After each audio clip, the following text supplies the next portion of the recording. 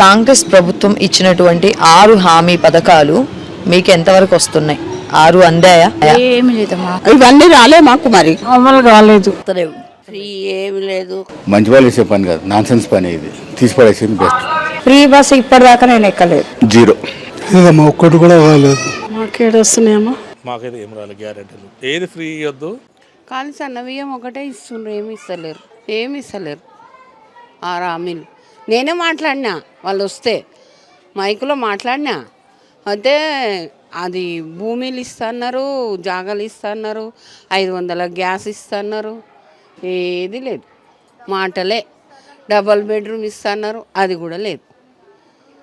Pension 4000 ఇస్తున్నారు, 2000 కూడా 2000 ఇస్తారు. అది కూడా ఇప్పుడు సంవత్సరం నాకు రాబట్టి.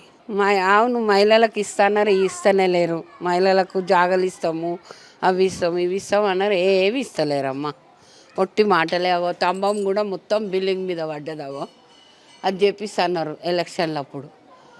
అది కూడా చేపిస్తారు, మొత్తం బిల్డింగ్ మీద పడ్డదవో. చూడండి నాన్నవో, ఎన్నిసార్లు కంప్లైంట్, వాళ్ళు వచ్చినప్పుడల్లా కంప్లైంట్ ఇస్తూనే ఉన్నాం.